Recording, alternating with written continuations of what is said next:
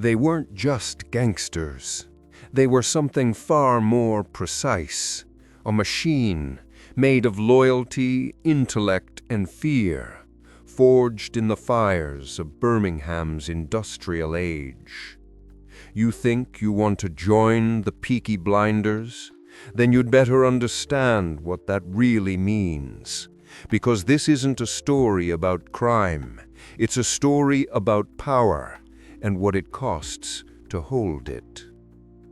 Before the razor blades, before the fame, there were men returning from the war, shell-shocked, hungry, forgotten. England had used them, then left them. So they built their own kingdom from soot and blood. And they ruled it not with laws, but with discipline. Tommy Shelby, soldier, strategist, visionary, understood something few men ever do.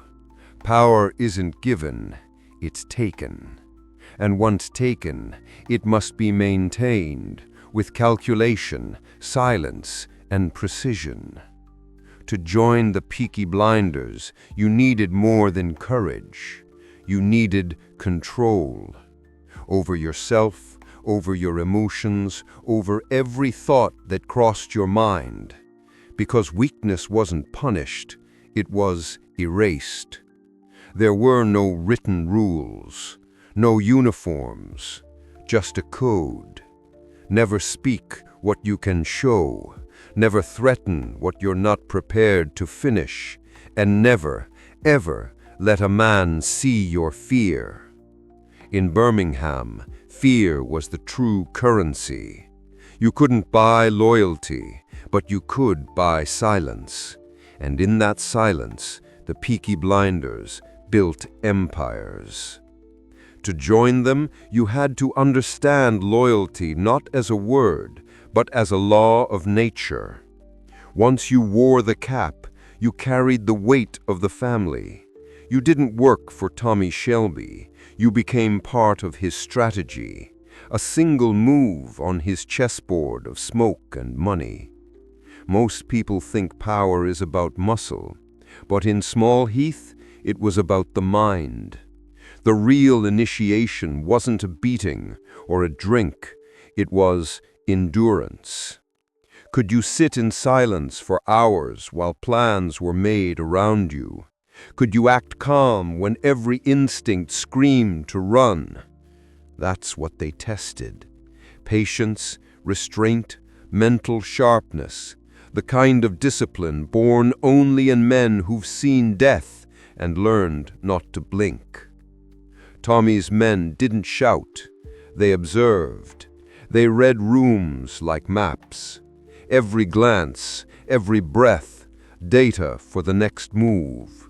Joining the Peaky Blinders meant training your perception until you could see what others miss.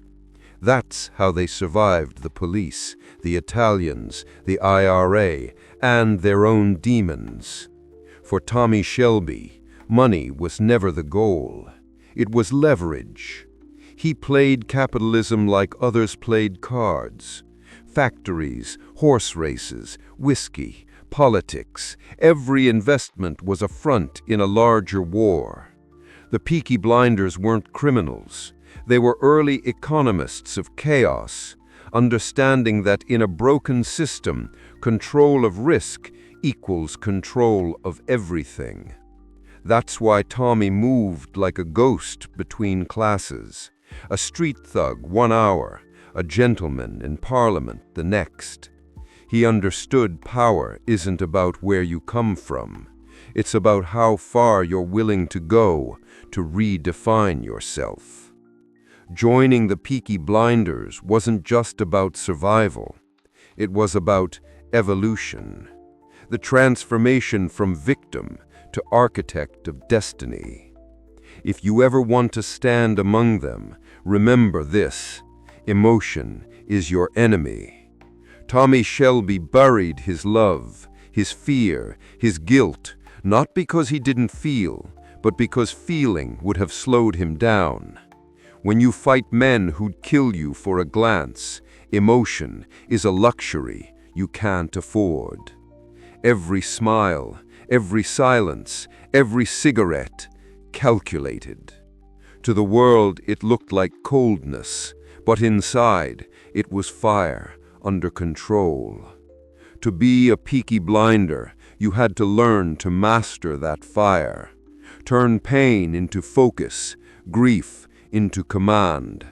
That's why they survived, and why so few ever left alive. Power always comes with a price. For Tommy, it was his peace. For others, it was their souls. You can wear the cap, drink the whiskey, count the money, but once you step into that life, it never leaves you.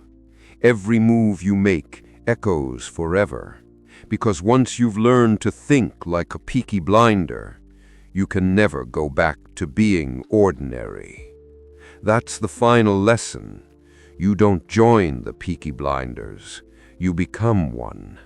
And once you do, there's no turning back. Maybe that's why people still whisper the name today, because somewhere deep down we all want to be like them, to take control, to rise above, to walk through chaos with calm eyes and steady hands. But remember this, it's not the razor in the cap that made them dangerous. It was the mind beneath it, sharp, silent, and utterly unbreakable.